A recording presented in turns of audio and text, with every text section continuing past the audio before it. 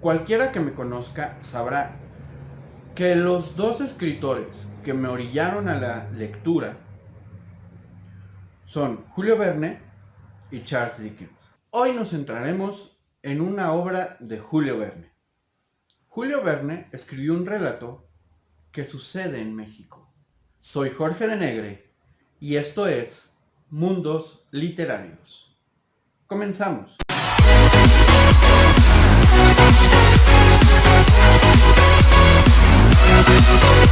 Así es, Julio Verne escribió un relato sobre México de 30 páginas, un drama en México, escrito alrededor de 1845.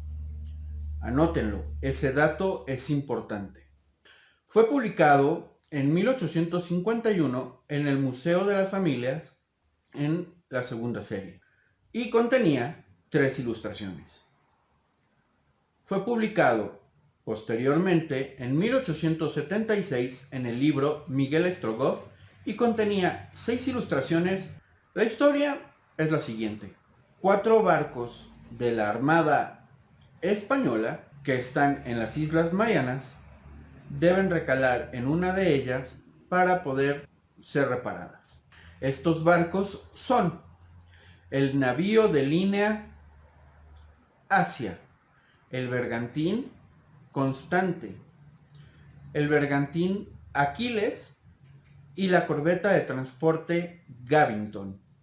El bergantín Constante, que es el que nos importa, su capitán se apellidaba Ortega, su teniente era Martínez, el contramaestre Jacobo, el gaviero José y el aspirante Pablo.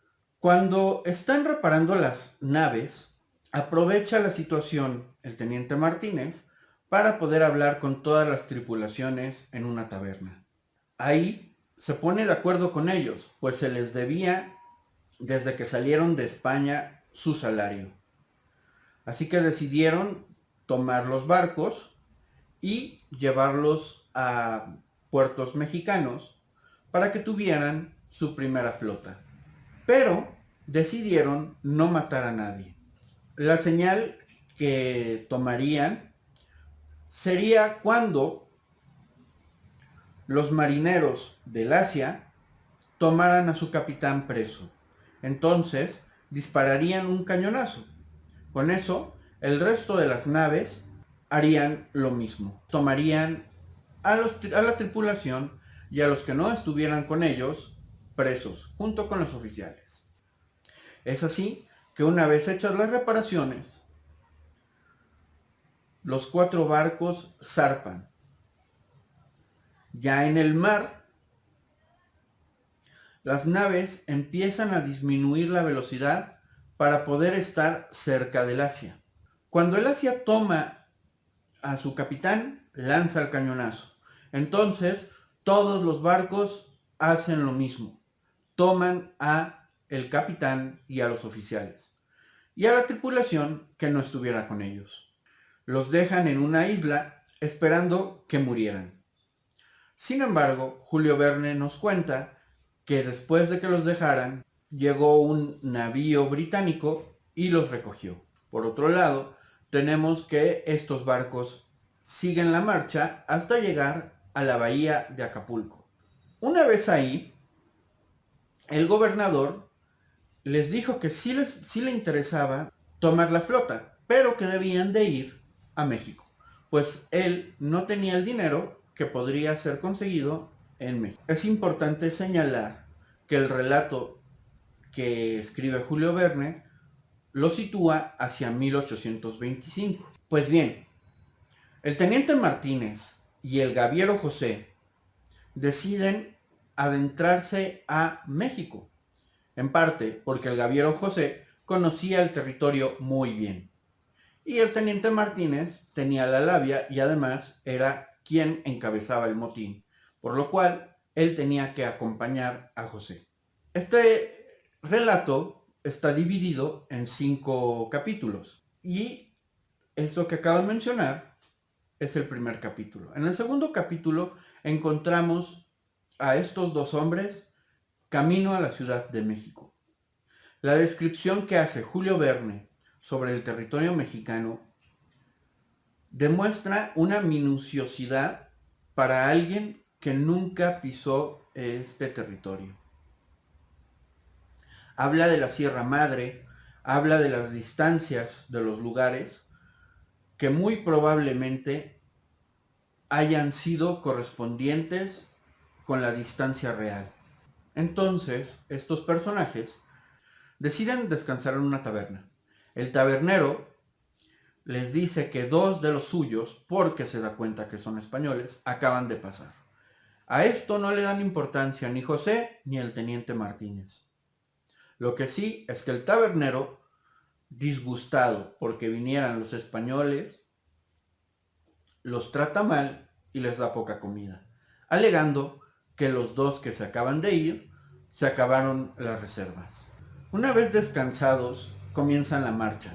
Martínez empieza a sentir como si alguien lo persiguiera.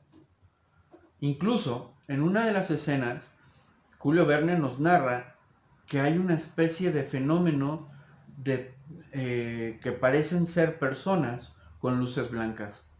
En una ocasión, Martínez ve que una piedra ha aplastado a una serpiente.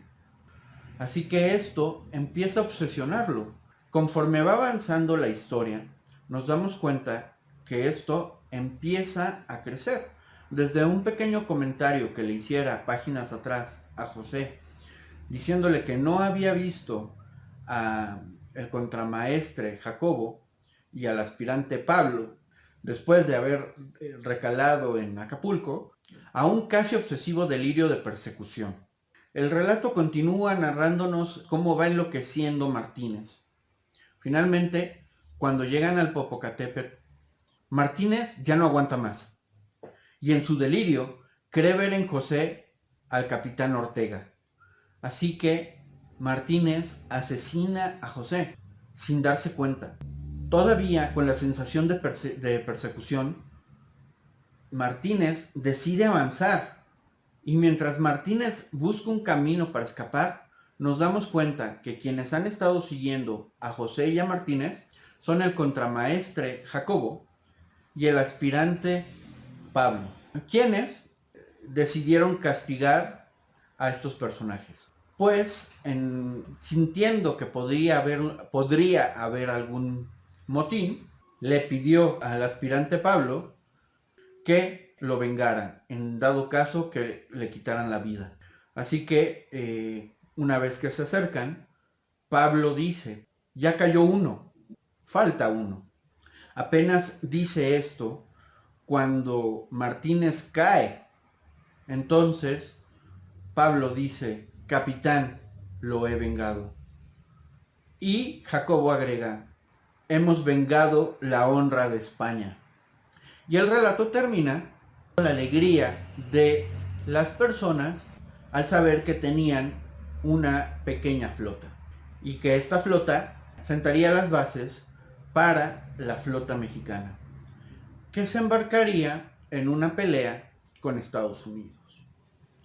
Recuerdan que les dije que se fijaran en el dato de que estaba escrito alrededor de 1845. Bueno, esto es sencillo. Si fue escrito en 1845, Julio Verne, con su capacidad, pudo darse cuenta que había un conflicto entre el gobierno estadounidense y el gobierno mexicano, que terminaría en una guerra. Pero si fue escrito en 1846, tampoco le quita mérito, pues eso quiere decir que Julio Verne estaba al pendiente de lo que sucedía en estas tierras. Como sea, es un texto fuera de lo común. Y nos da una visión de cómo nos veían los europeos. Un país asediado por los asaltantes y con una riqueza infinita. Julio Verne pudo prever muchas cosas. Les diré algunas cosas. El submarino eléctrico, el helicóptero, el internet. Sí, el internet.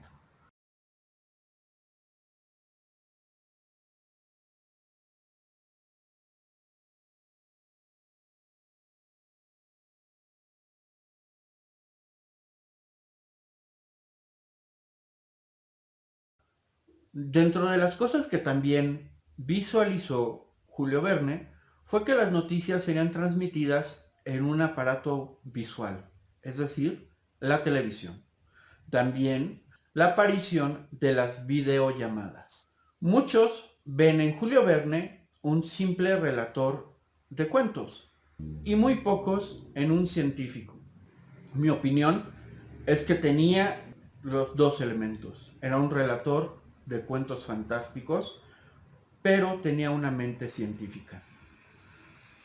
Y esto lo demuestra su cálculo sobre dónde sería lanzado el cohete hacia la Luna. En su relato De la Tierra a la Luna, Julio Verne nos cuenta que un proyectil podría llegar a la Luna. Por el tipo de inclinación nos da una ubicación. Ubicación que es errónea apenas unos kilómetros de Cabo Cañaveral. Así es, de donde los Estados Unidos lanzaron su primer cohete. Esa es la mente de Julio Verne, que como ven, algo de científica tenía. Si ya leyeron esta novela, dejen en la caja de comentarios qué les pareció. Si no la han leído, ¿qué esperan? Es un gran relato. Si quieren que siga contando cosas sobre Julio Verne, por favor, déjenlo en la caja de comentarios. Y no se olviden, suscríbanse, denle like y compartan.